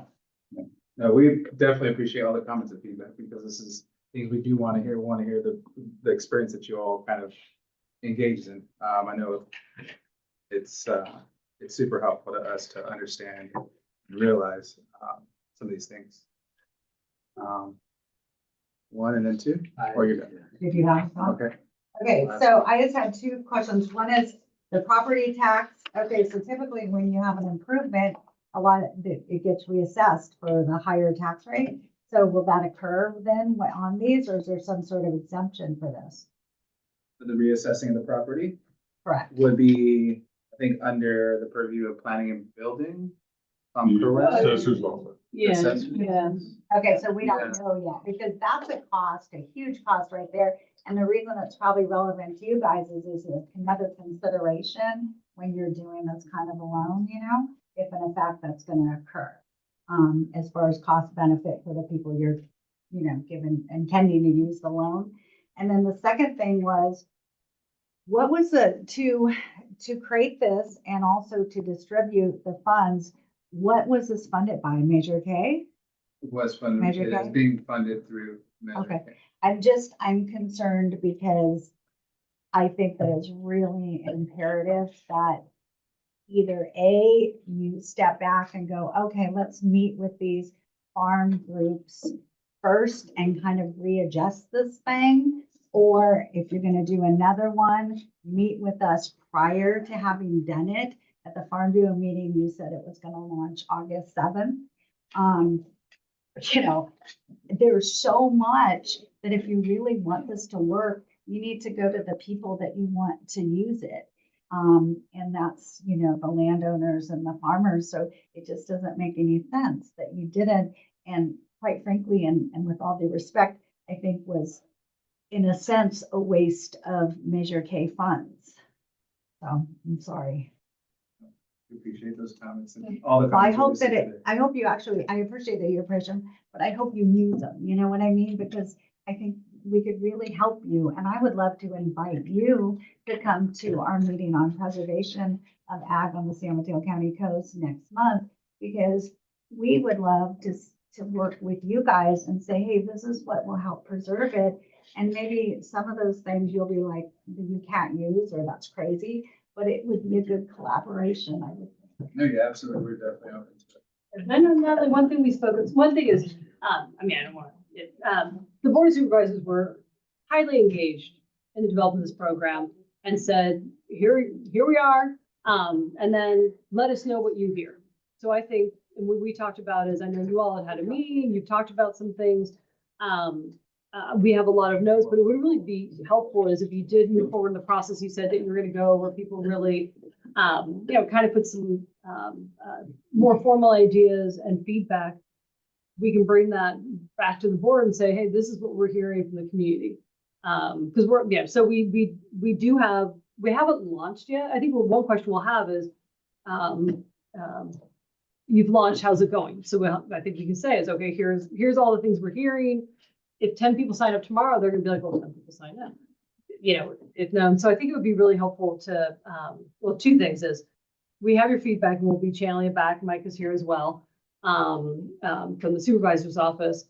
And then secondly is, if we're gonna do that process, then, we have that to bring back and say, okay, we've launched, it's been X number of months. This is resoundingly what we're hearing from the community. Here are some ideas on what could maybe be tweaked, enhanced, changed, by people that have participated in the program. Brought up a lot of good points that when you're on the ground, sometimes things are a little different. So we welcome the feedback, but I do think it would be helpful as when we launch. Also, if you did collect that, I think you were talking about that process, right? That you were, when we had a call with you. Subcommittee in September coming out and a hearing, right? Our subcommittee is about preserving Right. ag on the San Mateo County codes. And so it actually encompasses a lot of different areas, taken from the public when we had that meeting. But some of them are FLH, farm labor housing and housing and things like that. So Yeah, absolutely. no, definitely. And we do have some that we want to bring to you, but we have to bring, the subcommittee is going to bring it back to AAC in August. And then if what AAC decides on based on what we put together, then hopefully they'll feel comfortable bringing some of those to you guys, because I'd like to. Yeah. And what would be interesting is some ideas on, like I hear is, 4 years, and wow, it's kind of, units not living very long, like kind of what ifs or what would be optimal. So say 30 years isn't great, 10, 15, 28, Right. like what would be some things that we know we're hearing a lot of the issues, which is great. Then I think it would be interesting is what would, if we were to, come back or make changes, or even if we from the department make recommendations to the board and the executive team, it'd be interesting to understand what kind of things would, if we came back and we said, oh, hey, we made these changes, you guys would be like, wow, you really listened. So it'd be helpful to understand that too, because we can talk about a lot of the issues, but then it would be interesting to understand what would change and how. Well, what was I'll just finish the last thought. Is the limit of who can live there and the income that they can have? Because I'm concerned that we're keeping a lot of these laborers in poverty level just so they can live in that house. And like with a lot of farmers, our farm included, we pay them a lot more and we increase their salary so that there's incentive to work harder. So I just feel like this is kind of saying push down. I don't want to push down our employees. So farm labor housing in general, to have farm labor housing does not have an income requirement as far as who can reside there. So is that something that's necessary for this? Or is it because it's a loan, or what's the reason? I think that the idea was the goal of the program was to help very low income farm laborers live in decent, affordable housing closer to their work. That was the main goal. And part of that was based on, I believe, feedback that it's very difficult to hire and retain workers because housing is difficult. That was kind of the premise. There's lots of different challenges. We read the report looking at the decrease in agriculture, et cetera, but for this specific program, that was the target. Therefore, you have to be a farm worker and lower income, because that was the target audience that the county was trying to resolve. There are, like I said, there are probably 20 other equally valuable problems or issues out there and ways it could be developed, but that was the main goal. That's why it has the income requirement. Well, I thank you for being here and doing this. Go ahead, I'm sorry. Yeah, thank you. I was gonna say, I think the biggest piece that I'm hearing that maybe you guys missed is how do we make this attractive to farmers? Because we want those things too, but if it's not attractive to Oh, us. but that's the thing. To Help do. us understand a little bit more But the about other what- thing, yeah. in all due respect, Yeah. it does feel a little bit like a broken record, Mhm. because I've heard this and I've myself personally given Mhm. feedback to a number of different people, including people on your staff, and, so I feel like the Yeah. feedback has been given, it hasn't been processed or something, and I'm happy to give more and, you know, but, just feel a little bit like the feedback was given and it wasn't received or Yeah. something. Well, it's, we can't guarantee that everything will be changed, everything will be different. We can guarantee we will bring this back. But I don't, so I hear you. If I can pause for a moment, Christopher Ragland is available. Oh, Hello. Hi, we can hear you. All right. I'm surprised you can't see me. your picture. Okay. Well, okay.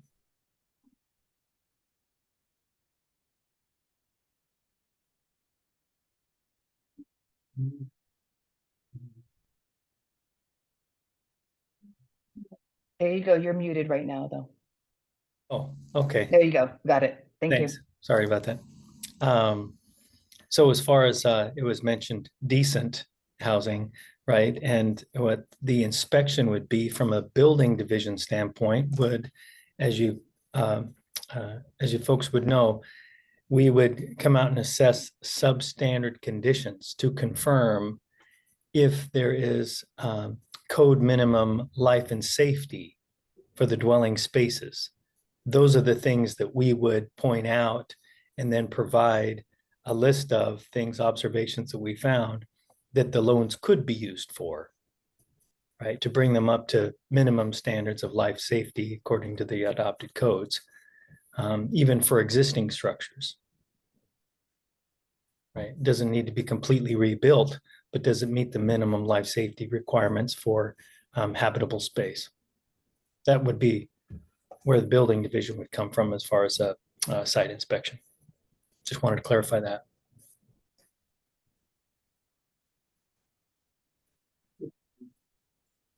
Any other permitting question? We have our permitting guru. Or any other? Yeah, I mean, just to have- be clear, I think I've had this feedback elsewhere, but you do an inspection to figure out minimum safety and habitability. Does that mean every aspect of a unit needs to be up to code? Or does that mean, oh, it looks like this septic that is not the way we would have designed it had we gone through a permitting process is working and is safe?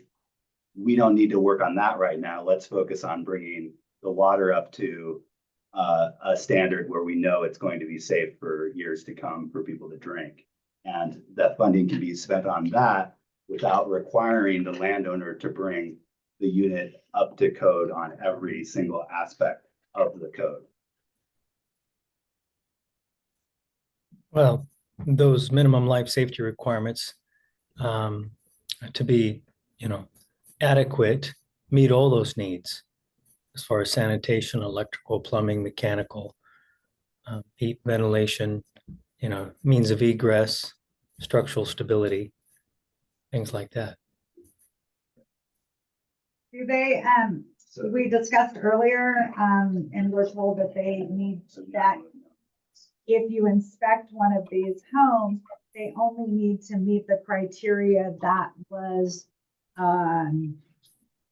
in place at the time the home was built.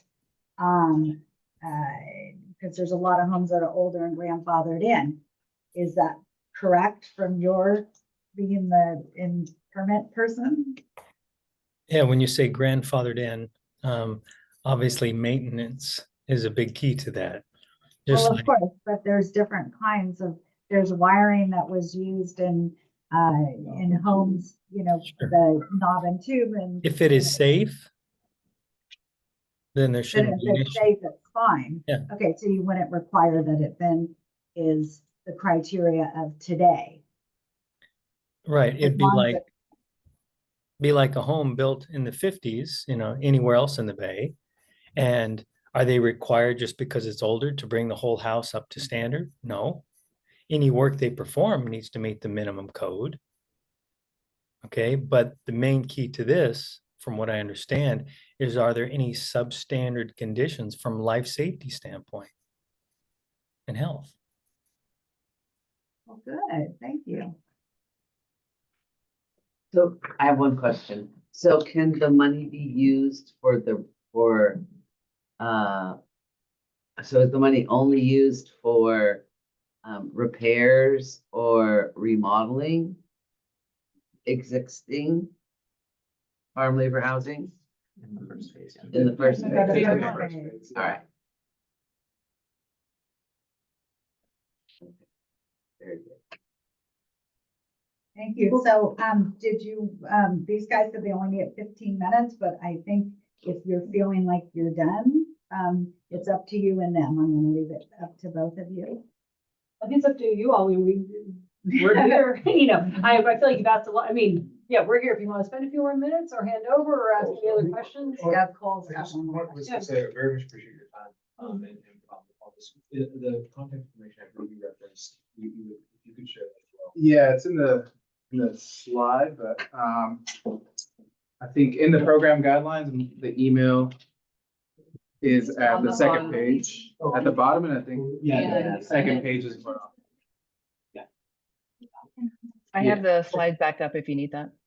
Okay, and just go a couple more to Forward, after the questions and comments, yeah, and then on there has my phone number. Thanks.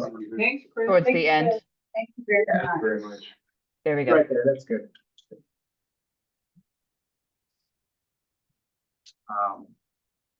And then I'll hand out the income, the 2025 income levels as well that I printed out. Yeah, if there's any follow-up questions or anything more, feel free to email. Okay, it's a 650-382-4897, Correct. is that correct? Yes. Thank you very much. Of And course, thank no. you for your hard work on this. No, we appreciate But all. Come see us Yes. first next time. Before. All right, Thank you. Thank you. thank you. Next up is No, I think it was update overview of the amendments of the minimum wage ordinance effective July 10th of this year, 2025, so a couple days ago. Thank you very much for being here. Thank you for having us. We have quite a bit of content in the slide deck, but we will be able to go through it fairly quickly because you also have all the content. We have printouts for you. Olivia, by any chance, do you have the presentation deck to Oh, share? let me check. Is it from, okay, you sent it. Let me double check here. Yeah, it should be from Shane. Yeah, let me check on that. One moment. Okay, we can go ahead and get started as Olivia The PowerPoint, got it. finds the PowerPoint. I'm passing around a couple more handouts too. Sorry for Very- coming in all very from wrong. all directions. We just wanted to wake you up at the end of your meeting. All right, we'll go ahead and get started. I'm Shireen Malik Abzali Taidi, she, her pronouns. I'm the Chief Equity Officer and the Director of the Office of, and the Director of Economic Opportunity and Labor Standards. I'm joined here with my colleague Shane Prairie Ross, who is the Labor Standards Manager. And we'll be splitting the presentation. I'll do the first few slides and then hand it over to Shane. But we know that you are coming up towards the end of your your time here, but know that we are here to answer any questions that you have. And in fact, we'll be sharing a hotline for you to ask as many questions as you might have. So we're here today to share a little bit about the Office of Labor Standards and Enforcement, and specifically to talk through the amendments to the county's minimum wage ordinance, which was passed in 2023 and was just recently updated and went into effect on July 11th, just a few days ago. And mostly the changes to that are around related to the enforcement mechanisms that are afforded to the Office of Labor Standards, which were previously not. This is a policy amendment that was supported by that was brought forth by Supervisor Mueller's office as well as Supervisor Spear's office. So Sorry, my system has frozen. I'm still working on it. no, that's okay. So the goals of the Office of Labor Standards and Enforcement, overarching is really just to advance fair labor practices in San Mateo County. And we hope that ultimately that all workers are paid a fair wage, treated respectfully, and that responsible employers are not undercut by competitors who don't follow the law. This is our Office of Labor Standards and Enforcement is a collaboration between the County Executive's Office, the County Attorney's Office, as well as the District Attorney's Office, really building on the strengths of those three offices coming together. I think that that's probably fairly familiar that the issue of wage theft is not just about minimum wage, but it really is about overtime violations. It's making sure that there are not illegal deductions, off the clock work, failure to pay sick leave, for example, and any other sorts of failure to fully pay an employee for their time at work, at minimum, the wages that they're due. And some of the studies have shown that about 12% of California's workers experience wage theft each year. And oftentimes it falls on our lowest wage workers, which have the smallest threshold in order to be able to maintain their sort of day-to-day incomes or day-to-day expenditures because they're already low income. Can you We see also, this now? yay, yeah. Okay, perfect, Olivia. And which, sorry, and let me know which page to keep on going. You can skip ahead to the third slide. And previously, before the this new Office of Labor Standards and Enforcement, the minimum wage ordinances, you'll see a little bit down the line, said that if you have an issue or you're not being paid minimum wage, you can file a claim with the State Labor Commissioner's Office or you can sue. But what we know is especially low-wage workers, one, don't have adequate access to lawyers and understanding of the law in that way. And the State Labor Commissioner, unfortunately, is incredibly busy and they're backlogged with, so some of the claims that are made to the State Labor Commissioner's Office are taking years, which leaves both the employee and employer sort of in limbo as to what's the state of the situation and the status. So if you go to this next slide, you'll see that the Office of Labor Standards, as of today, here are the three major buckets of services that we are offering. One is this labor advice hotline, and it's free, it's confidential, it's also offered in 5 different languages.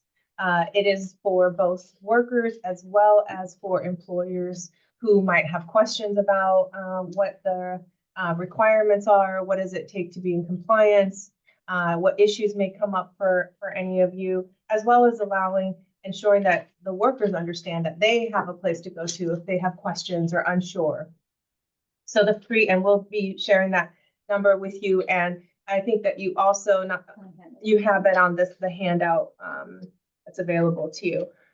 We also will, that hotline, the other thing I should mention, the hotline will also support workers to file claims with the State Labor Commissioner or another government agency, or potentially find them support with pro bono legal aid as well, should that be the recourse that's needed based on the labor violations that they identify.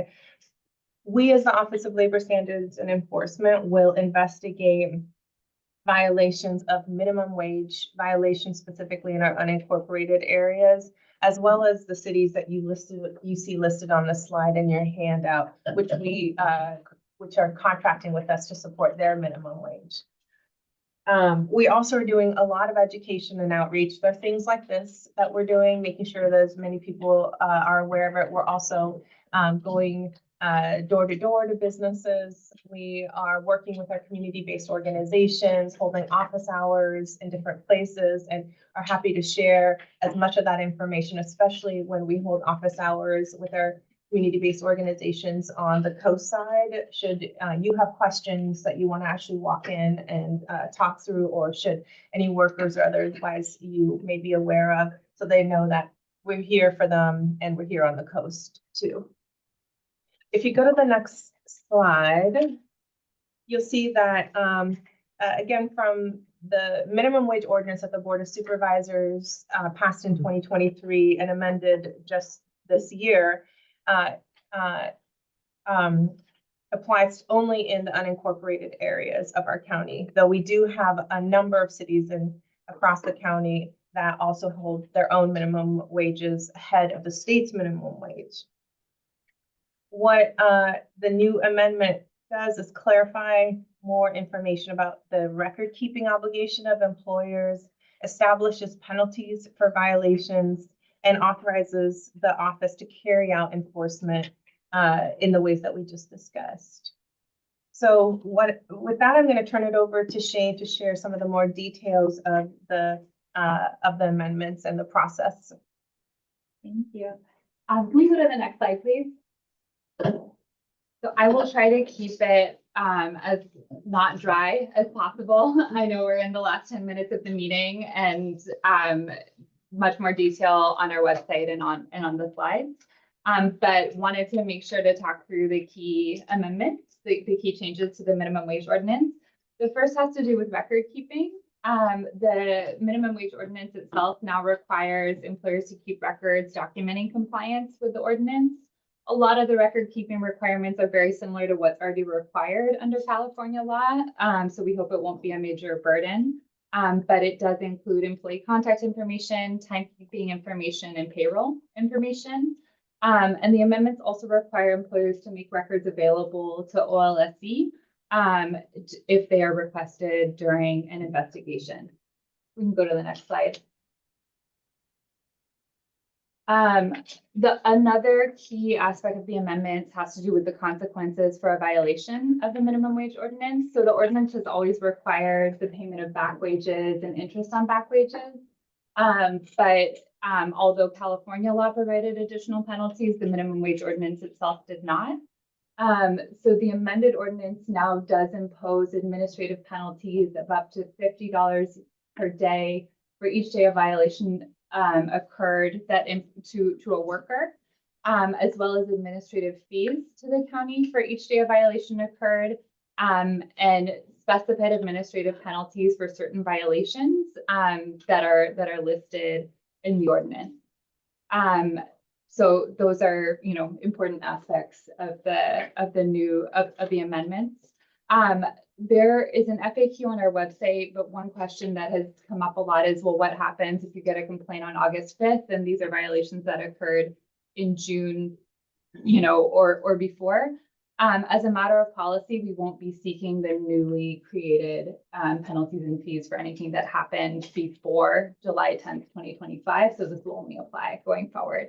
Next slide, please.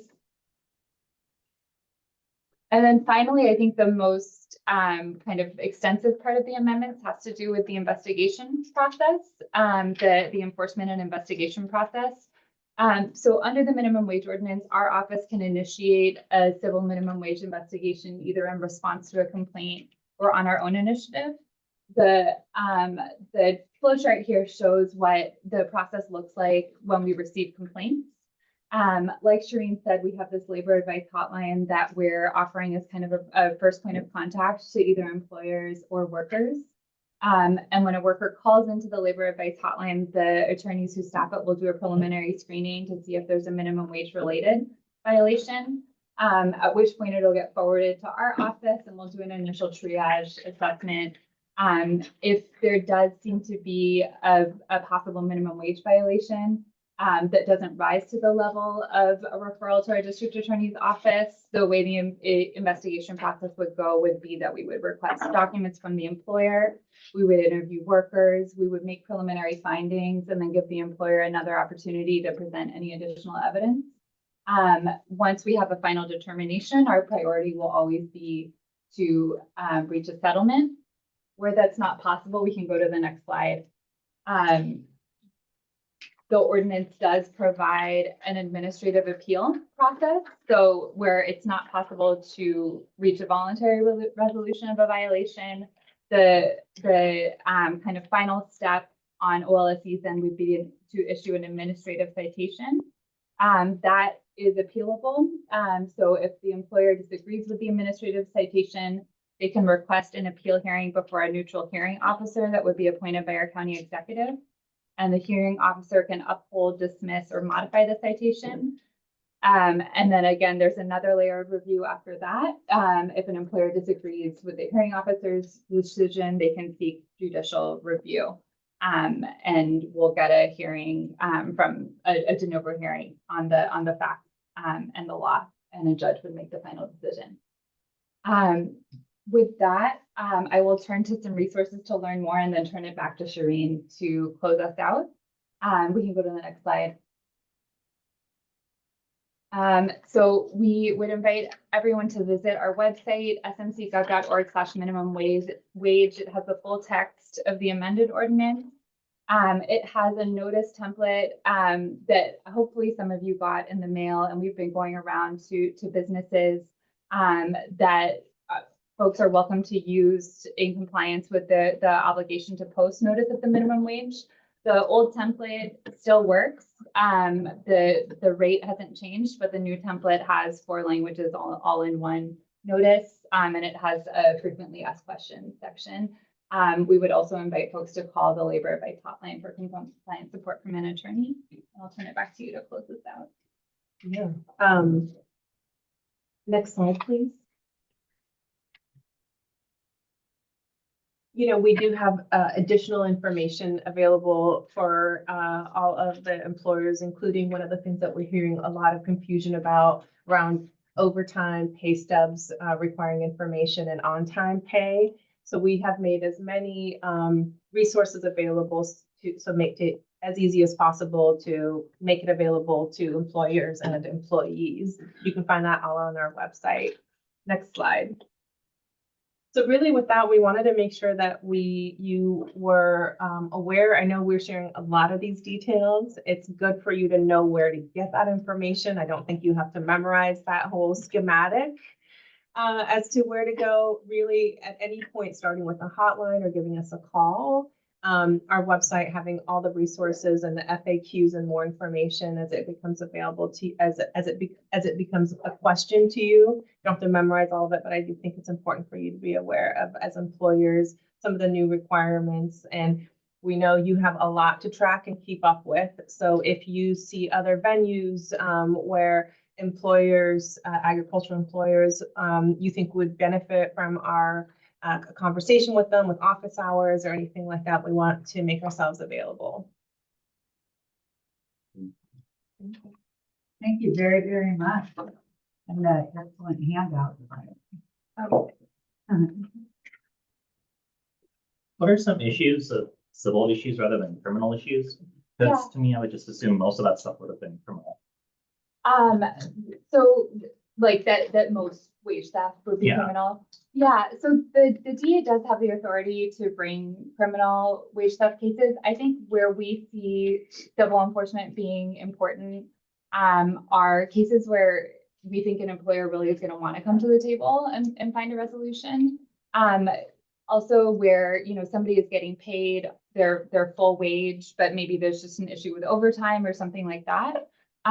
So you're right that it's not always a clear line between what's civil and what's criminal, but I think with the office, we're hoping that the DA can focus more on violations like labor trafficking and other issues that you really can't resolve. And we'll through just, the process. that's right, that's right. So it's really a complement to fill potential gaps. And maybe two other things to consider is that we recognize that to bring a criminal investigation is it's a heavy stick. And while it's available, our district attorney is certainly interested in making sure that workers are treated fairly and paid fairly. I think it is something that we want to use judiciously when there are bad actors that are really not taking the time to make the changes needed to treat workers fairly. To actually take someone's freedom away, for example, or bring criminal charges is a big step forward. So this enables us to make sure that, if there's one worker who's owed a certain amount that may not seem like a huge amount to anybody else, but really is the reason they can't make rent or their family, that they have a recourse as well, even if they can't get a lawyer themselves. And so the civil process enables us to do that. Your presentation and your slide deck indicate that you have services for the 6 cities, but not the unincorporated area where the majority of our farms are.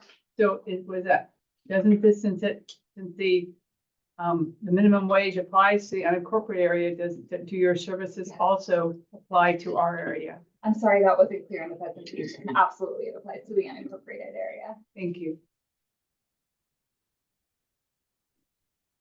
Go ahead. Yeah, just one comment. Thank you. I think a lot of times what we see is programs like this have all the best intentions of helping out people who need it. And genuinely, if somebody is being taken advantage of, it needs to be addressed. Oftentimes, though, in implementation, what we end up is putting a heavy burden on farmers who already are struggling to stay alive. Particularly when I see things like, investigations that are started by the office when there was no complaint, which just worries me a little bit, particularly because, as you are aware, I'm sure, many, if not most, of the farm laborers are undocumented, which vastly complicates everything. And unfortunately is the underpinning of our agricultural system in the United States. So I just want to say this as being aware that even though we're trying to do something good and protect people, oftentimes we end up harming those very people because we make it impossible for farmers to employ them and give them a wage at all. So I just want that to be noted and taken. I think that's into a really consideration. important point to make, and actually we should be as clear as possible that we ask 0 questions related to immigration status, to any information related to that, even in our course of investigations. And so that is not something that would be of any relevance for our information and would certainly not put a burden. But I understand, irrespective of that, there might be a burden that you're identifying for us, and I want to acknowledge that. I do say that we are a small team. I don't expect us to cover just proactive investigations across a lot of space. We have seen that in the county, so. I mean, proactive investigations of everybody when there are many people who had no cause for being investigated. They were still. Is that related to wages? No, that was related to farm labor. The housing. Housing. That's right. That's right. Yeah, so we've seen precedent for it, is what I'm saying. That's fair. It created a lot of challenges for farmers on the coast, I think unnecessarily. Fair enough. I think for our sake, we will be really clear that we do not have the resources to check all of proactively and unprompted check all of just rent investigations at random. But thank you for that. That's a good point, Daniel. I have a quick question. In terms of different things related to your employees for farm workers, and if it's less than 25 employees, more than 25 and all of that, different nuances that aren't so, understandable. I look them up, and I often have difficulty understanding the difference between what supersedes what.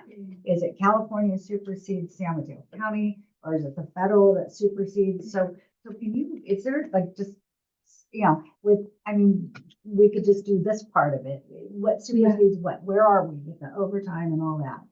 So that is actually in our FAQ. I'm glad Okay. you asked the question, but the answer is that the most protective standard applies. Okay. So for example, California's minimum wage is $16.50. Our county's minimum wage is $17.46. So the county's minimum wage applies. The county doesn't have its own overtime law, so the state's overtime law applies based on the worker's regular rate of pay.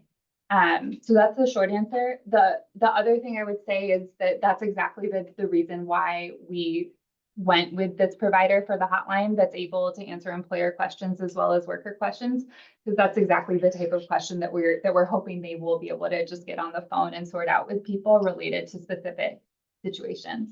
Oh, great, thank you. It says 25 employees. Is that head count or full-time equivalent? For the overtime flyer? No, it says here, are you on that chart? Yeah. So it actually doesn't matter anymore because agricultural overtime now applies regardless of the size of the farm. It's a state law that's covered on that chart, so I'd have to double check. Yeah, as Like, of January. but as of January 21st, it doesn't matter for overtime. Yeah. There were little changes, then you gave them enough notice to let us know. Yeah. Well, we didn't. The state of California did, but yeah. We put that handout together because that was just a question we were getting a lot, but that's actually state law. That's not.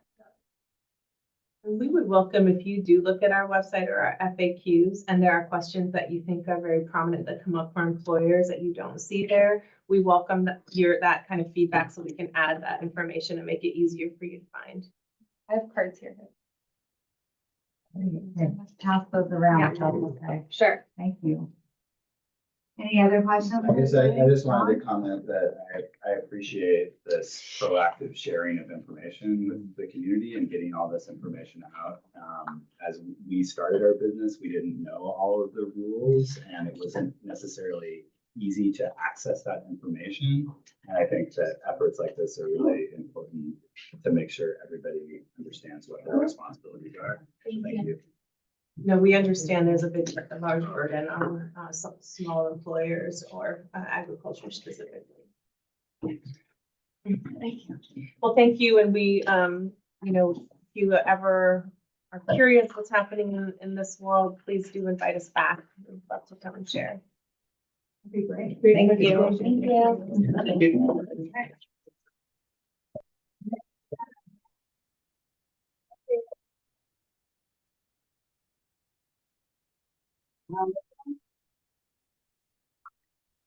County update by Olivia. Sorry.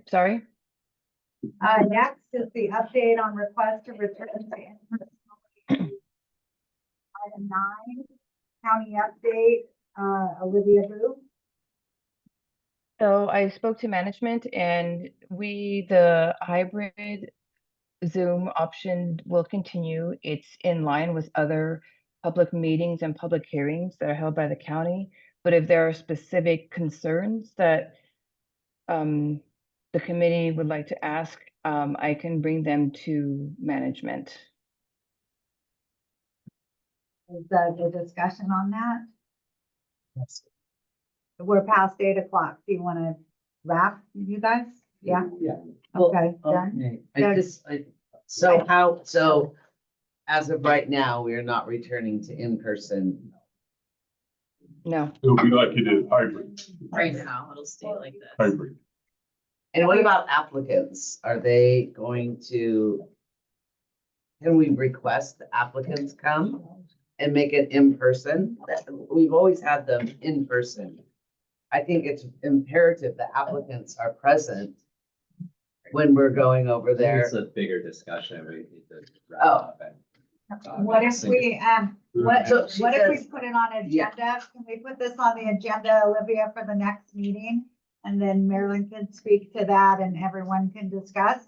Is that okay? I understand the decision is made, but as far as discussing the other little, outliers of it. Yeah, sorry, I'm just making notes. Do we have to vote to agendize it? Okay. So you can do So- that? I know that for specifically, I know for the violations, I have discussed it with management and violation folks, as we've discussed before. They have been asked to be present. I will double check. We've made the recommendation for applicants to be present, but I will double check if that is going to remain the same or if we want to require that, or we can require that. Yeah, thank you. All right, and then That's we'll required. put it on the agenda for the next meeting for the discussion of it, right? Okay. Okay, and do we have a motion to adjourn 8:05 PM? I move to adjourn the meeting. Okay, and a second? And I didn't need to do that part. Thank you very much.